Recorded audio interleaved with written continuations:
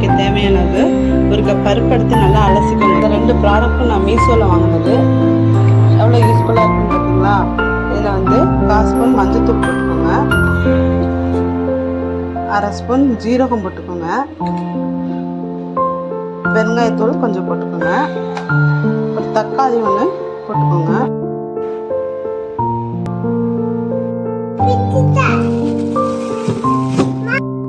இதில் பூண்டு போட்டுக்கோங்க, கொஞ்சம் இதில் எண்ணெய், உப்பு தேவையான அளவு போட்டுக்கோங்க.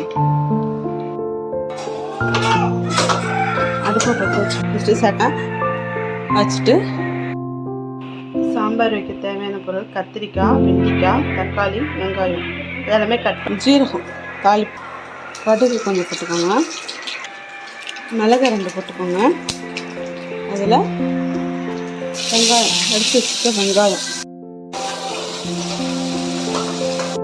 வதங்கிறதுக்காக கொஞ்சம் உப்பு போட்டுக்கோங்க, கட் பண்ணி வச்சுருக்க தக்காளியை கொஞ்சம்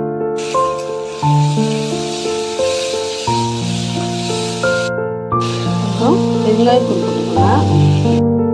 பெருங்காயத்தூள் சாம்பார்லேயே போட்டிருக்கோம் பருப்போட, இருந்தாலும் எண்ணெயில் வதக்கும் போது இதில் கொஞ்சம் மல்லித்தூள்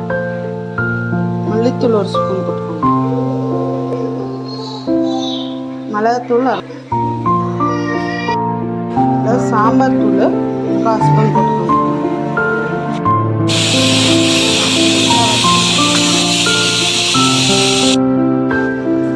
தண்ணி எடுத்துக்கோங்க.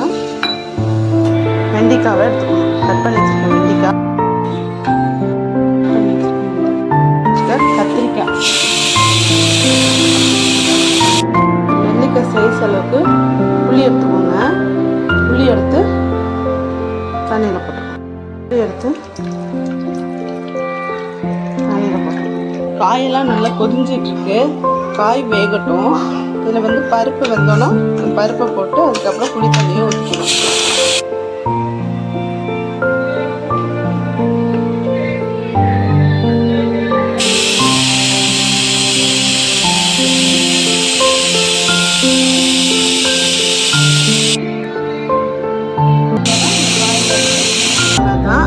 இப்போ இந்த தக்காளியை நல்லா நம்ம மாஷ் பண்ணி வச்சுருக்க பருப்பை நல்லா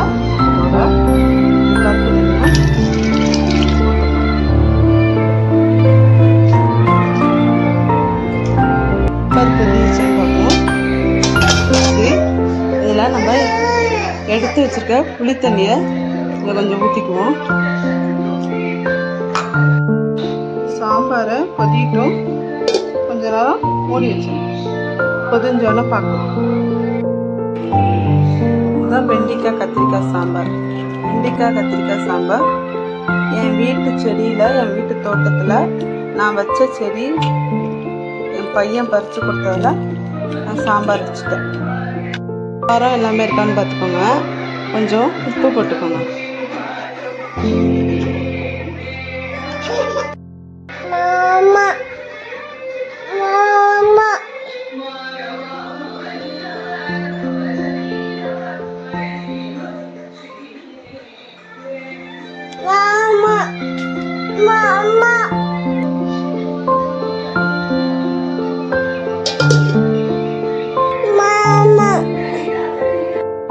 கீரை சேர்க்கணும். கட் பண்ணி வச்சிருக்கேன்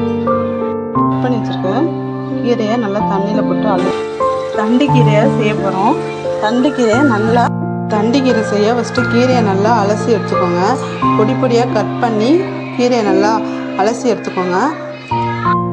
இந்த கீரையோட கொஞ்சம் வெங்காயம் போட்டு, அதோட ஒரு தக்காளி, இந்த கீரையோட ஒரு தக்காளி, 5 பல் பூண்டு போட்டுக்கோங்க. தேவையான அளவு உப்பு போட்டுக்கோங்க. 1/2 ஸ்பூன் ஜீரகம் போட்டுக்கோங்க. பருப்பு தண்ணி எடுத்து வச்சுருக்கேன். கொஞ்சம் பருப்பு தண்ணி போட்டு, சாதா தண்ணியை விட பருப்பு தண்ணி போட்டு வேக வைங்க. கொஞ்சம் தாளிச்சிடலாம். எண்ணெய் ஊற்றி போட்டு பட்டை மிளகாய் 4 போட்டுக்கோங்க. கருவேப்பிலை நான் போட்டுக்கோங்க.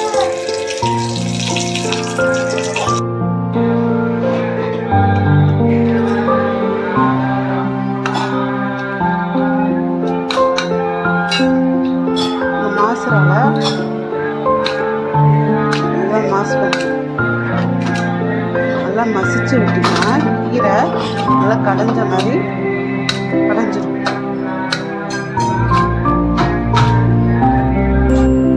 கடைஞ்சி வச்சிருக்க கீரையை நம்ம தாளிச்சிருக்கோம்ல அதில் அப்படியே கொட்டிடுவோம். மேலே தூவிட்டோம்னா கொஞ்சம் டேஸ்டாக இருக்கும்.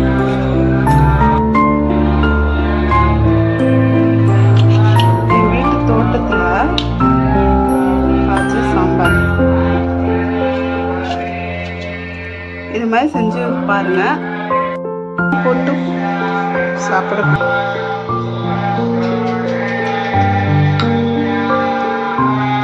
கீரை